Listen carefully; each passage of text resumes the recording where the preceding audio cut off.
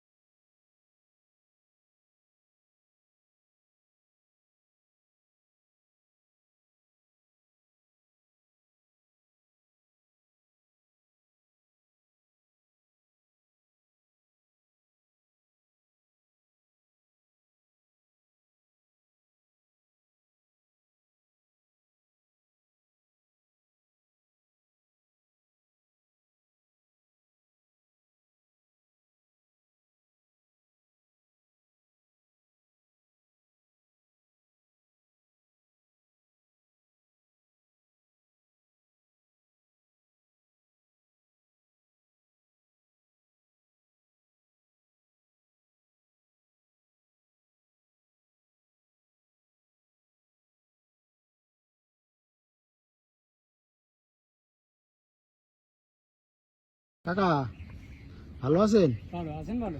ভালো। কি করতেছেন এই পানির উপরে? এখানে এই লাল শাক তুলতেছি। লাল শাক তুলতেছেন? হ্যাঁ। তা পানির উপরে কাকা লাল শাক কিভাবে তৈরি করলেন? এই ওই শ্যাওলা দিয়ে হ্যাঁ। বাঁশ দিয়ে বাঁশেই তৈরি করে তারই পরে শ্যাওলা সাজাইয়ে বেড তৈরি করে তারই পরে এই তোলা হচ্ছে। ও, তো এই বেড তৈরি করতে কতদিন সময় লেগেছে কাকা? ধরেন 3 দিন সাজাতে লাগে, আর ওই ফিটফাট করতে 15 দিন লাগে। 15 দিন পরে এই গাছ লাগাইছেন? 15 দিন পরে এই বীজ দেওয়া হয়। বীজ দেওয়া হয়েছে? হ্যাঁ। এই এই লাল শাকটার বয়স কত কাকা? এই মানে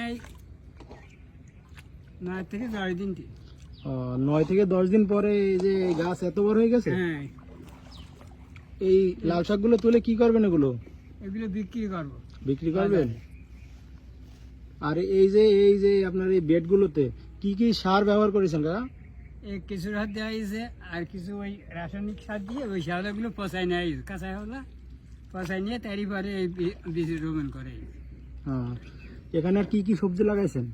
এই জায়গা আছে লাল শাক আছে, ডাঁটা আছে, বেগুন আছে, ঝাল আছে, আবার পালন আছে, আর ভেন্ডি আছে, লাউ আছে।